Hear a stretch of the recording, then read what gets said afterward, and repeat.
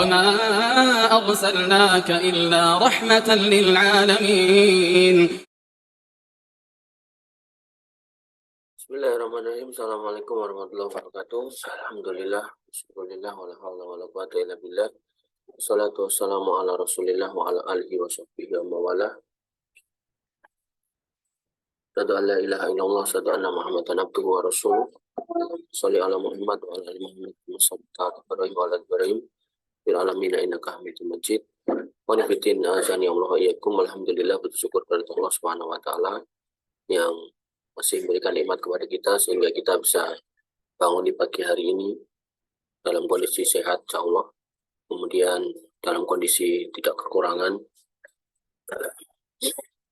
Dan alhamdulillah kita berikan kemudahan untuk menjalankan kewajiban kita sebagai seorang muslim, yaitu sholat subuh.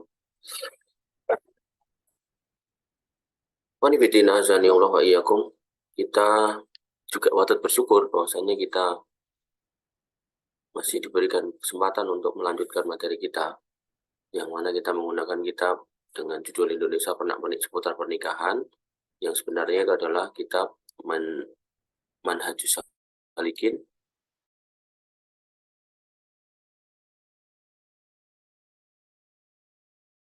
Untuk kita masuk sekarang di bab pergaulan dengan istri-istri.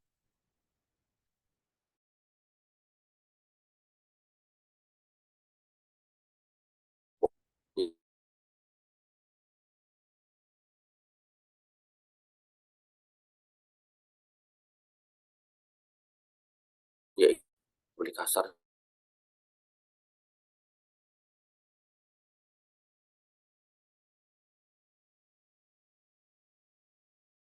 Ya, kalau emang biasa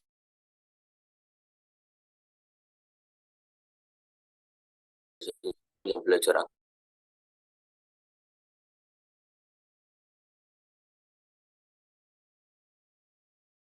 dan baju, nah, mandi jarang ganti baju gitu kan, dan dinikahi oleh laki-laki yang jono, nggak nunggu setahun sebulan nengokin orang tuanya udah dekil, bau, budiken ya. Maka ini suami-suami seperti ini suami-suami yang jelek. Artinya ya kalau kita menikahi seorang dan dia butuh untuk mandi, butuh untuk mempercantik dirinya, ya kita fasilitasi gitu. Kita fasilitasi, jangan kemudian mas mau mandi sabunnya habis. Ya udah, sebulan sabunnya kan cuma satu gitu. Ya satu kan dulu waktu sendiri gitu. Sekarang berdua ya tambah jatahnya. Kemudian melindunginya dari semua gangguan, baik gangguan fisik, non fisik gitu kan. Ada orang yang istrinya terlalu cantik terus santet orang, harus dilindungi. Caranya gimana ya? Nawiru buyutakum biqiraatil Qur'an wa shalah. Terangi rumahmu dengan tilawatul Quran dan sholat gitu kan. Adakan pengajian di rumah gitu kan, ngaji Quran di rumah gitu kan, banyak-banyak sholat sunnah di rumah gitu. Bagian dari melindungi istri. Oh kalau yang ganggu manusia mau begal ya lawan gitu. Kalau nggak berani ya cari bantuan gitu. Nah maka laki-laki nggak boleh kemudian membiarkan istrinya dianiaya orang lain.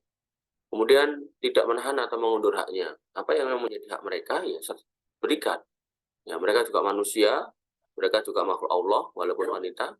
Kalau mereka memang butuh gitu kan urusan apapun, ya, apalagi urusan seksual gitu kan, maka seorang suami nggak boleh menahannya. Jadi tidak cuman kebutuhan kita yang nggak boleh tertahan atau ditahan gitu. Kita juga harus paham kok dia juga punya kebutuhan. Makanya dalam bab jima gitu kan, Nabi SAW mengatakan ketika seorang laki-laki sudah selesai gitu, atau dalam bahasa biologinya sudah mengalami ejakulasi, maka jangan cabut atau jangan keluarkan alat kemaluan itu sampai kemudian istrinya juga mendapatkan apa yang diharapkan, ya sempat mengalami hal yang sama gitu. Nah hal ini yang banyak dilupakan oleh laki-laki gitu, sehingga akhirnya seorang wanita merasa kebutuhannya atau keperluannya tidak tercukupi, akhirnya dia mencari pelampiasan dengan cara yang haram. Ini bukan berarti membenarkan kelakuan wanita yang mencari jalan yang haram, enggak, karena bisa jadi itu sebabnya ya karena suaminya tadi nggak peduli, aku sambung wis ya. Nah hal yang seperti ini nih yang harusnya difahami oleh semua laki-laki, bahwasanya wanita itu dalam beberapa hal punya hak yang sama sebagaimana laki-laki. Laki-laki makan enak, ya wanita atau istri juga harus makan enak, harus ya. Jadi nggak ada ceritanya seorang wanita diperbudak oleh seorang suami gitu. Jadi suaminya makan enak, istrinya cuma makan nasi basi, itu nggak ada. Dan nggak boleh ada kayak gitu. Suaminya pakai pakaian yang baik, ya istrinya juga harus pakai pakaian yang baik. Nggak ada ceritanya, kemudian suaminya pakai pakaian baik, istrinya cuma pakai pakaian yang sobek-sobek jelek. Nggak ada. Dalam semua hal, kadang hak-hak suami dan istri itu kadang itu sama. Nah, cuman bedanya suami yang harus memenuhi, istri yang bisa meminta, ini kayak makan, kayak tempat tinggal, kayak tadi urusan seksual gitu kan. Nah, sehingga karena yang memenuhi ini suami akan makanya disebut sebagai tulang punggung. Nah, karena disebut sebagai tulang punggung, maka seorang suami harus kuat. Bayangkan kalau tulang punggungmu nggak kuat, kamu bisa berdiri? Nggak bisa. Ya. Nah, oleh karena itu, untuk memperkuat tulang punggung ini salah satunya dengan belajar, agar tahu gitu loh, apa sih kewajiban seorang laki-laki. Dan belajar di sini sebagai laki-laki nggak cuma belajar agama, juga belajar ilmu-ilmu yang nanti digunakan untuk mencukupi kebutuhan rumah tangga. Oh, aku kan cuma lulusan PAI, misalnya seorang laki-laki bilang gitu, pendidikan agama Islam, aku kan cuma belajar agama. Iya, tapi kan kamu juga bisa belajar ternak ayam, ternak mentok, ternak apa namanya, ternak lele kayak ternak ikan gitu. Kamu bisa belajar bertani misal, berkebun, kamu bisa belajar berdagang, kamu bisa belajar bikin nasi goreng, kamu bisa belajar bikin pisang goreng gitu. Kemarin ada video apa namanya, video viral tuh, jualan pisang goreng, ramai banget yang antri sampai ratusan orang gitu. Ya, saya penasaran ya, tak lihat aja videonya. Ya bener, antrinya ratusan orang karena dia jualnya pakai kotak kotak kertas gitu, gokil loh, kotak kertas kartonan itu. Tapi pisang gorengnya dipotong kecil-kecil, tapi kayak tepung terus ditumplak ke situ, nggak dihitung gitu. Pokoknya sak kebak karton itu. Terus dibagi 2 lapis, setengah dulu kita diisi, terus di atasnya dikasih susu putih, terus dikasih parutan coklat, kasih parutan keju, dikasih lagi setengahnya, digitukan lagi, tutup gitu. Kan ini 20.000 pun, 20.000 yang antri ratusan orang ini, ya pantas ini. Ya, jadi jadinya bukan cuma pisang goreng ini, pisang coklat kan. Kalau kayak gitu kan adanya di kafe-kafe nyediakannya pakai lepek gitu kan, isinya cuma 2 atau 3 bayarnya ada 15 atau 20.000 lagi sak kotak ngono ya. Orang ya pilih beli di situ daripada di kafe untuk oke gitu. Ya, gitu. Maka laki-laki harus belajar ilmu-ilmu itu gitu. Jangan cuman penting ngaji wis enggak gitu. Kalau memang punya bakat dagang, dagang. Punya bakat apa ternak, punya bakat bertani, bertani gitu. Nah, karena laki-laki punya beban yang berat seperti itu, maka seorang wanita juga punya kewajiban yang berat dalam berbakti kepada seorang suami. Ojo bantahan, ojo kayak ini ngelokke, ojo kayak ini ratriman, gak sabar sama suaminya. Nah, ketika semua orang ini sudah paham kewajibannya masing-masing, rumah tangga itu enak, Ustaz. Gitu. Tapi kalau kemudian nggak paham, gitu kan, adanya ya cuma nuntut toh. Kamu harusnya ngasih aku segini, Mas. Gitu. Nah, kamu tadi malam tak ajak nggak mau, ngapain aku ngasih kamu lah, gitu. Nah, tadi malam aku capek. Aku tadi malam lagi butuh. Nah, nggak selesai urusan. Rame terus. Nanti istrinya atau suaminya ketangkep basah sama selingkuhannya, naudzubillah itu. Kamu selingkuh. Ya iya. Mau aku di rumah nggak cukup kebutuhanku. Itu kalau urusan seksual. Ada yang nggak cuma urusan seksual, urusan kenyamanan gitu. Kamu kok WA-an sama perempuan Thomas gitu. Bunyi WA-nya udah gitu mesra-mesra. Nah, ngapain aku WA-an sama kamu juga? Gitu. Mau kamu tajak ngomong aja nggak bisa. Gitu. Hal-hal seperti ini banyak terjadi di masyarakat dan ya kalian sebagai orang yang melihat atau mendengar kejadian itu ya jadikan itu sebagai bahan pelajaran gitu loh. Jangan kemudian cuma lewat-lewat aja gitu. Karena ingat Nabi SAW mengingatkan orang menikah itu udah setengah agama. Sisanya adalah bertakwa kepada Allah. Jadi kita beribadah apapun itu. Kalau rumah tangga kita itu nggak nyaman, nggak enak gitu kan. Ya tentu keberadaan kita di rumah itu ya nggak nyaman juga. Dan otomatis itu akan terpengaruh dalam semua hal. Kita kerja ya ingat masalah di rumah, kita ibadah ya ingat masalah di rumah, nggak selesai gitu kan. Dan sebenarnya ujung-ujungnya ya terkait dengan komunikasi tadi. Maka kalau semua pihak saling memahami, ya biasanya perjalanan rumah tangga itu enak. Poin 544 hal-hal yang harus ditunaikan seorang istri. 1, wajib ya. Mentaati suami bila ia mengajak berjumbu. Suaminya yang ngajak. Kalau suami orang lain nggak boleh, haram. Kemudian yang kedua, tidak keluar dan tidak pergi tanpa seizin suami. Mau kemana aja tanya, atau kabari.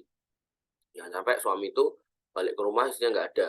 Ini bukan hal yang baik, ini bukan akhlak yang baik. Yang ketiga, menyiapkan makanan atau memasak dan lain-lain.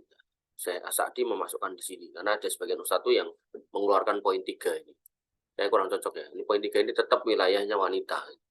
Jadi semalam saya lihat ada potongan video itu, ada seorang ustadz yang mengatakan jangan suruh istrimu masak, jangan suruh istrimu ini, jangan jadikan istrimu babu gitu loh. Gitu. Ya umumnya rumah tangga di kita itu ya kalau urusan makan, urusan masak, urusan apa namanya rumah tangga itu ya wanita gitu. Maka ini sudah lumrah gitu. Dan Ustadz Zulkarnain Sanusi yang mengatakan kalau emang kamu orang desa yang mana kamu biasa melihat wanita itu melakukan semua kerjaan rumah tangga, ya maka begitu kamu mencari orang kota, yang mana orang kota mungkin ya nggak bisa masak dan seterusnya, ya jangan kamu paksakan dia pada kondisi yang memang tidak dia pahami atau dia tidak bisakan.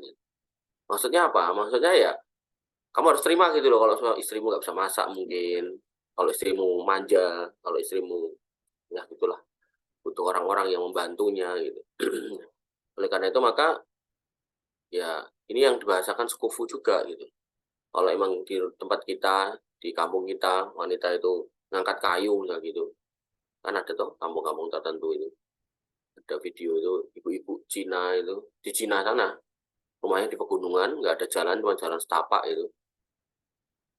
Jadi dia tinggal dengan alam gitu. Artinya tidak pakai kompor gas gitu. Dia masak pakai kayu gitu. Nah itu si ibu itu udah gendong bayi di depannya, punggungnya ada kayu segede-gede gini 3, belakangnya anak gadisnya 3 orang bawa kayu-kayu ranting-ranting gitu di punggungnya. Jadi habis golek kayu terus naik ke rumahnya. Nah kalau emang lingkunganmu atau kampungmu model seperti itu, ya terus kamu bawa wanita kota yang nggak pernah ngangkat kayu, terus suruh ngangkat kayu, ya ini namanya membahayakan yang bersangkutan. Ya makanya kalau emang kamu pengen wanita yang punya kekuatan seperti itu ya nikahnya sama orang kampung aja, nggak usah ngelirik orang desa, orang kota gitu. Ya. Oleh karena itu maka seorang laki-laki sebelum sampai pada pernikahan harus mempertimbangkan itu semua ya. Jadi jangan cuma ngerayu gitu kan. Ternyata sing ayu ra iso apa-apa gitu. Nah, bahasanya bapak saya itu ayu-ayu lempoh gopo gitu. Nah, hal-hal seperti ini yang harus difahami ya gitu. Nah, untuk sing ayu ternyata mangan wae kon dulang misalnya gitu. Nah, kan akhirnya kan kamu sendiri yang coto padahal mungkin kamu pagi harus ngantor segala macam gitu. Nah, hal-hal yang perlu dipertimbangkan agar kemudian rumah tangga baik-baik aja ya kita cek keinginan kita terkait calon istri kita itu seperti apa. Wanita juga sama gitu. Nah, kamu cari laki-laki seperti apa gitu. Nah, tentu disitulah kamu nanti bisa mempertanyakannya ketika ta'aruf. Wallahu ta'ala. Kemudian yang ke-546, suami wajib memberikan nafkah dan pakaian pada istri dengan baik. Wajib ya. Jadi ini bukan perkara yang sunnah tapi wajib. Jadi kalau sampai istrimu tambah gendut, pakaiannya nggak muat, ya kamu harus siap membelikan pakaian. Allah Subhanahu wa taala berfirman wa ashiruhunna bil ma'ruf, dan pergaulilah mereka dengan cara patut. Dalam hadis Nabi SAW bersabda, istausu bukan astausu, istausu bin nisa'i khairon ya. Aku wasiatkan agar kalian berlaku baik kepada kaum wanita. Dia juga bersabda, khairukum li ahlihi. Sebaik-baik kalian wahai laki-laki adalah yang paling baik sikapnya kepada keluarganya. Beliau SAW bersabda, idza ta'a rajulu imra'atahu ila firashihi fa'abat an taji'a. Jika seorang suami memanggil istrinya untuk datang ke ranjangnya, fa'abat an taji'a, kemudian wanita itu enggan untuk mendatanginya, la'anat hal malaikah, maka malaikat akan dilaknat hatta tusbih, sampai subuh. Ya, jadi walaupun kita capek, seorang wanita walaupun capek, iyain aja gitu. Sama halnya dengan wanita cerewet gitu kan, suaminya lagi capek, diemin aja gitu. Jadi nggak usah kemudian merespon dengan respon-respon baperan gitu. Aku capek, kamu nggak tahu aku lagi capek gitu kan. Akhirnya berantem. Baliknya istri juga baru cerewet, baru ngomel-ngomel, suaminya, aku tuh capek, kamu nggak tahu aku baru pulang kerja. Akhirnya berantem. Itu yang diinginkan syaitan ini. Jadi begitu ada bara muncul sedikit, dia ngepetin supaya jadi api. Entah dalam bentuk apapun ya. Contoh-contoh yang saya sampaikan itu sebagian aja gitu. Dan kadang bisa jadi satu rumah tangga nggak terjadi apa yang saya contohkan, tapi terjadinya yang lain gitu loh. Jadi faktor pemicunya yang lain itu. Nah, ini yang harus kita peka gitu. Manifidina azan ya Allah wa iyyakum, kita masuk di poin yang ke-547. Jika seorang memiliki istri lebih dari satu, maka ia wajib berlaku adil dalam bagian giliran, nafkah, pakaian, dan keadilan menurut kemampuannya. Ya, jadi kalau kemudian istrinya lebih dari satu, Mas Fajar, istrinya dua, misal gitu, ya di sini 2 hari, ya sana 2 hari. Istri yang nomor satu kemarin kamu belikan kalung 10 gram, ya istri yang kedua belikan kalung 10 gram. Oh, terkait uang nafkah, istri yang pertama kamu kasih 5 juta lah, anaknya berapa Jar? Anaknya 4 Pak. Yang kedua anaknya berapa? Anaknya 3, ya berarti kasih 4 juta. Nah, dengan perhitungan istrinya 1 juta, anaknya masing-masing sudah. Jadi kan 4 tambah 1, 5 kali 1 juta. 5 juta. Nah, istri yang kedua ternyata anaknya 3 tambah 1, 4 kali 1 juta, 4 juta. Oh, ternyata masih kurang. Buat apa? Buat bayar SPP, buat bayar ini. Ya, berarti duit tadi di luar itu. Gitu. Ya, artinya seorang laki-laki harus bijak gitu. Loh, berarti saya harus dapat duit banyak. Ya iyalah. Kawin aja pengen banyak, masa nafkahin nggak mau banyak gitu. Nah, banyak laki-laki itu yang pengennya cuma kawin doang, ya kan? Tapi wanita atau istri kedua, ketiga ini suruh kerja sendiri, gitu. Malah suruh nafkahin dia, gitu. Nah, ini. Dan dilalai ada wanita-wanita yang juga membutuhkan laki-laki dalam konteks urusan seksual aja, gitu. Jadi surah apa aku ora mau nafkahi, wong aku sugih, aku sing tak nafkahi, gitu kan. Yang penting aku nek butuh kowe enek, mau kayak gitu kesepakatannya. Nah, ini juga kurang pas juga, gitu. Walaupun istri kita kaya, sekaya apapun, seorang laki-laki tetap harus kerja. Kasih nafkah sewajarnya. Misal kamu butuh pabrik gitu, gajinya cuma UMR gitu kan. Terus istrimu ternyata bos di satu perusahaan gitu. Yang mana kamu kerja di situ gitu. Jadi kamu buruhnya, dia bosnya gitu. Ya kamu tetap aja kerja gitu. Tetap kerja, terus apa yang kamu dapatkan kasih istrimu sebagai bentuk pemenuhan kewajiban.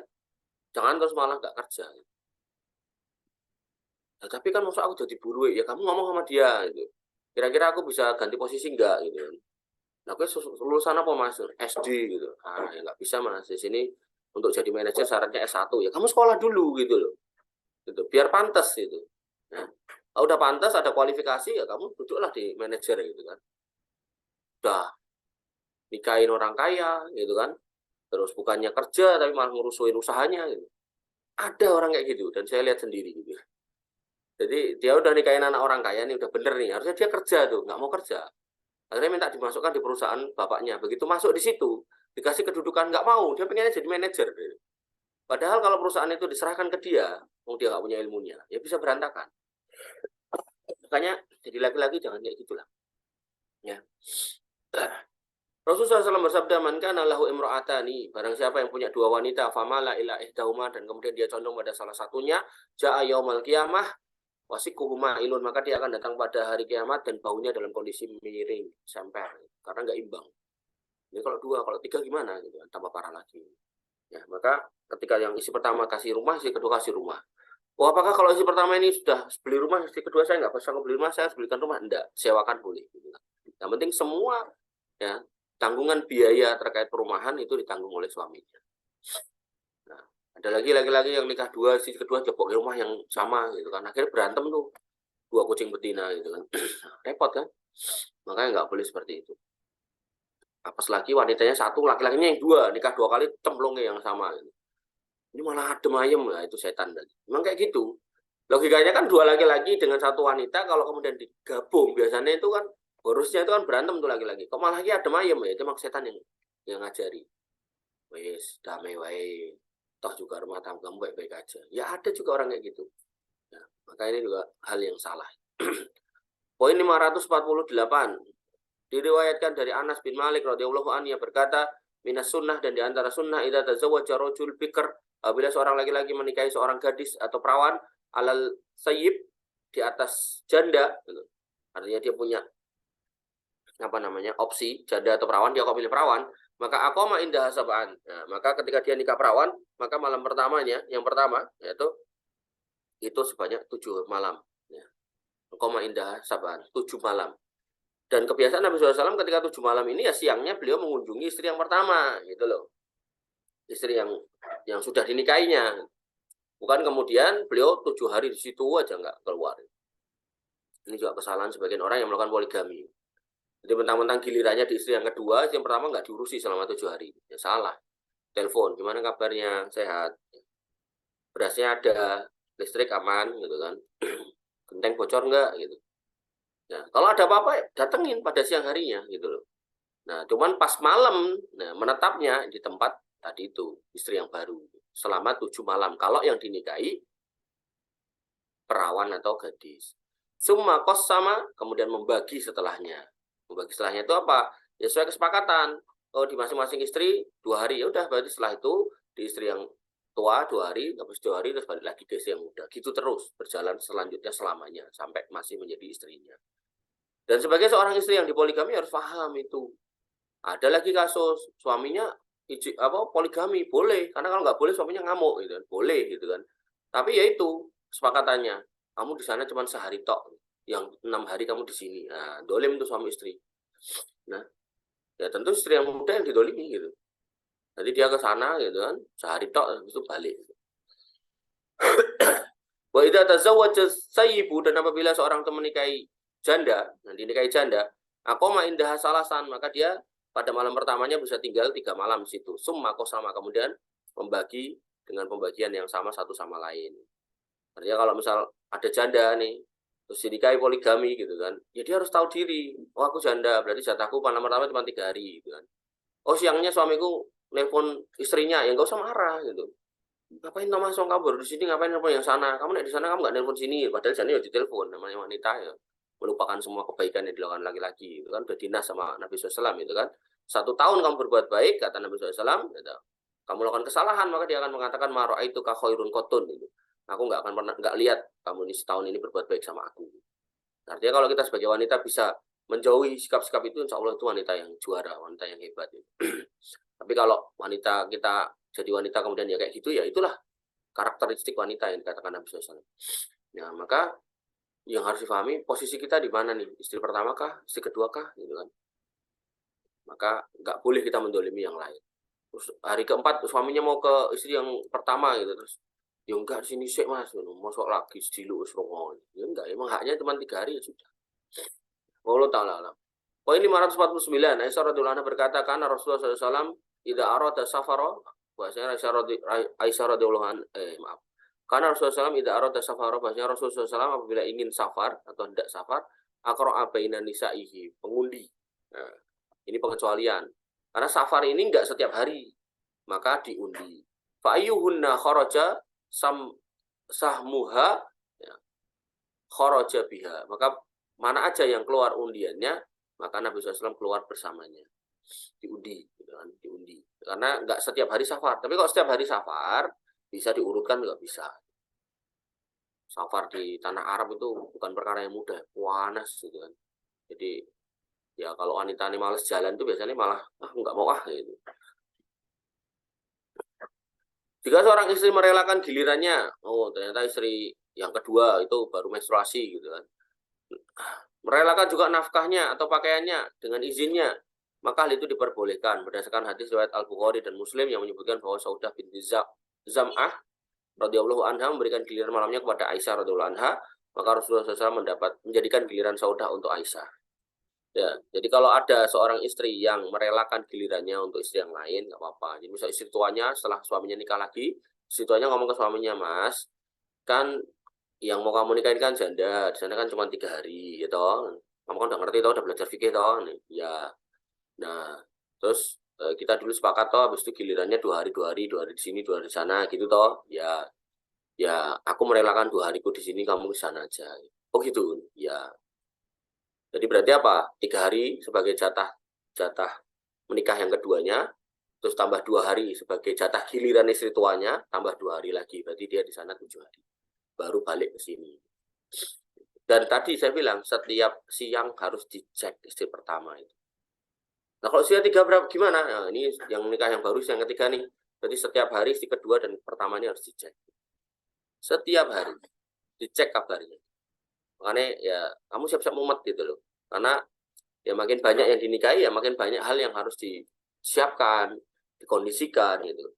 Dan kalau kita luput dari berbuat adil, ya tadi datang pada hari kiamat, ya semua orang dalam bentuk normal, yang dulunya orang cebol, yang dulunya orang kakinya nggak ada buntung, tangannya nggak ada, semua normal.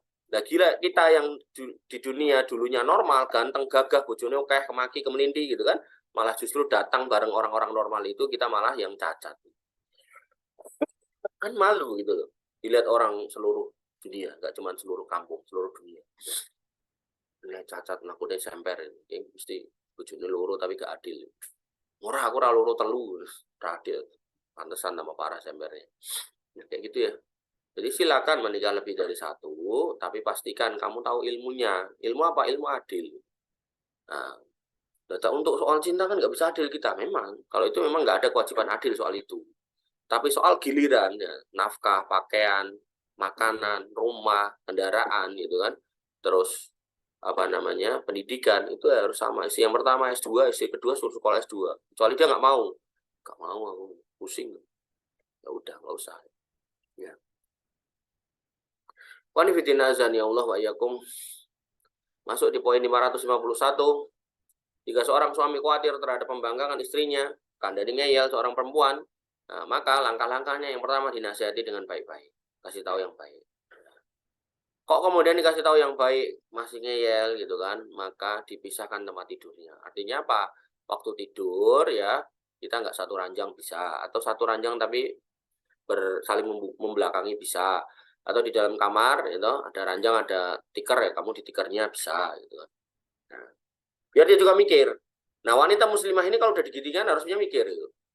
Mikir. Kenapa? Karena Nabi SAW mengatakan wahwa jannatuki wa naruki, suamimu itu surgamu dan nerakamu gitu. Neraka dan surganya seorang wanita itu terletak pada kebaktian pada suaminya. Dalam hadis yang lain, yaitu ketika seorang suami ini merelakan kematian seorang istri, ya, ridho dengan kematian seorang istri, maka istri ini wajib masuk surga. Ini menunjukkan bahwasannya ya keridhaan kita untuk masuk surga itu selain dari Allah, juga dari orang tua, dan juga dari seorang suami apabila kita seorang wanita gitu. Maka kalau kita mendapati suami kita kok sampai nggak mau tidur bareng sama kita, wanita yang baik itu akan gelisah gitu loh, akan bertanya gitu, salahku apa? Gitu. Tanya. Nah, kalau sampai pertanyaannya salahku apa, berarti seorang laki-laki tidak melakukan yang pertama gitu. Ya. Kalau dia udah paham, wanita kok dipisah, udah paham, oh aku dipisah karena kemarin dinasihati nggak nurut, ya itu dia akan paham, berarti udah dinasihati. Tapi kalau nggak ada apa-apa, nggak ada angin, nggak ada hujan, terus mendiamkan gitu kan, nah inilah seorang laki-laki salah juga gitu. Karena urutannya menasihati dulu. Jadi jangan sampai, loh, bojoku kok kerah gagas aku, ngopo. Ya, ngopo ini kan berarti kan kita sebagai laki-laki nggak menasihati. Kalau dinasihati kan tahu gitu. Dek, ya toh, kamu itu cantik, bahkan terlalu cantik menurutku di kampung ini. Gak ada orang secantik kamu di kampung ini. Maka ya, aku pengen, ya toh, kamu bisa terjaga kecantikanmu ya hanya untukku. Ini perkataannya benar loh, nggak salah. Nah, sehingga aku minta tolong kamu pakai cadar aja. Karena anak kampung-kampung sini ini, anak laki-lakinya masih banyak yang belum nikah, bahkan yang nikah udah pada jadi duda, kemudian mereka sukanya nongkrong, matanya jelalatan gitu kan. Nah, daripada nanti aku berantem sama laki-laki itu di jalan gara-gara nyingsotin kamu, gitu, mendingan kamu pakai cadar aja. Itu kan nasihat baik, gitu kan. Gak mau, gitu kan. Nah, terus suaminya memisahkan tempat tidurnya. Kan ada kampung-kampung kayak gitu. Tak kampung ini, nom-nomane kayak ini dem-deman, yang mengi, main gaple, gitu. Enak enggak? Bahkan di kota besar loh, ada satu kampung itu yang kampung itu rumah-rumahnya itu disewakan buat prostitusi dan narkoba, sampai dikenal sebagai kampung narkoba. Jadi diskotik udah nggak lagi pakai gedung tertentu, udah rumah-rumah warga. Ada, kamu cari aja di Google. Polisi kalau ngerebek ke situ nggak cuma 1-2 orang, pakai satu kompi atau satu peleton polisi itu pakai mobil truk gitu, ngedrop polisi kayak mau perang gitu. Nah, marah. Yang ketiga, kok udah dipisahkan kok cik ngeyel gitu kan. Dan juga masih juga membangkang, maka dia boleh memukulnya dengan pukulan yang ghairu mubarih, yang tidak melukai. Ya, boleh dipukul dengan pukulan yang tidak melukai. Ya, disebutkan dalam beberapa penjelasan kitab fikih itu menggunakan kayu yang segede jari telunjuk atau jari kelingking. Pokoknya dia ingat itu loh, kalau pukulan ini pukulan sayang, bukan pukulan kebencian, bukan pukulan sayang, agar dia lurus. Nah, poin 552, namun suami tidak boleh melakukan hal di atas jika memang ia suami tidak boleh melakukan hal di atas jika memang ia tidak menunaikan. Salah, ini kalimatnya salah. Maksud di sini tidak, di sini tidak. Suami tidak boleh melakukan hal di atas jika memang ia tidak nyilang, jika ia menunaikan hak-hak istrinya. Oh, sebentar, kita pahami. Suami tidak boleh melakukan hal di atas jika memang ia tidak menunaikan hak istrinya. Oh, artinya suami yang kemudian tidak ngasih nafkah istrinya, kok melakukan kayak gitu ke istrinya, ya salah. Kok Anda ini orang manut, mas, lah gue lho di ketugas kerja, era kerja gitu kan. Akhirnya kan saling beradu argumen, gitu. Rame lagi. Oh, udah kayak gitu mending bubar aja lah, gitu. Daripada rame deh, Pak. Poin yang ke-553, jika dikhawatirkan persengketaan di antara keduanya meruncing, maka seorang hakim hendaknya memanggil seorang juru damai dari keluarga suami dan juru damai dari keluarga istri, yaitu orang yang mengetahui permasalahan, perdamaian, dan perceraian. Kedua juru damai tersebut berembuk jika keduanya sepakat damai, dengan ganti rugi dan selainnya, maka tidaklah diterima. Jika keduanya memandang lebih baik berpisah, maka apa yang diputuskan oleh kedua juru damai ini harus dipatuhi. Wallahu a'lam. Ya, jadi juru damai ini penting ya. Kalau ada masalah ya kan, kamu mentok ya, sebagai suami kamu mentok, kamu tanya sama bapaknya si istrimu itu. Terus orang istri mentok ya, kamu tanya kepada bapaknya si suami. Ya, tentu lewat keluarga kita. Pak, aku kata Esra betah karo masih kae. Lah nek masalah apa? Ceritakan, jangan diem. Enggak apa-apa, aku semua pengen cerai. Nah, kan enggak bener. Urutannya itu harus diperdamaikan dulu. Maka ceritakan itu urusan itu ke keluarga kita. Gini loh Pak masalahnya, gini. Laki-laki juga sama. Terus pokoknya pengen tak cerai. Lah emang masalahnya apa? Ora usah perlu ngerti masalahnya, pokoknya penting cerai gitu. Nah, itu nggak benar. Ya benar gimana? Ceritakan dulu. Kita lihat di keluarga kita ini siapa yang bisa menjadi penengah yang baik, orang yang dewasa gitu. Misal paman kita ini. Kita ceritakan gini loh, Mas, anu Om, gini. Nah, aku jaluk tolong deh jenengan ke sana. Kalau memang masih pengen berharap ada perbaikan di antara dua belah pihak ini. Ya. Tapi kalau emang udah nggak ada harapan pengen perbaikan atau kembali ya udah bubar juga nggak apa-apa. Itu lebih baik daripada harus masih bersama suami istri tapi saling menyakiti. Ini nggak benar. Demikian yang bisa kita sampaikan dan kita diskusikan. Kurang lebih mohon maaf. Assalamualaikum warahmatullahi wabarakatuh.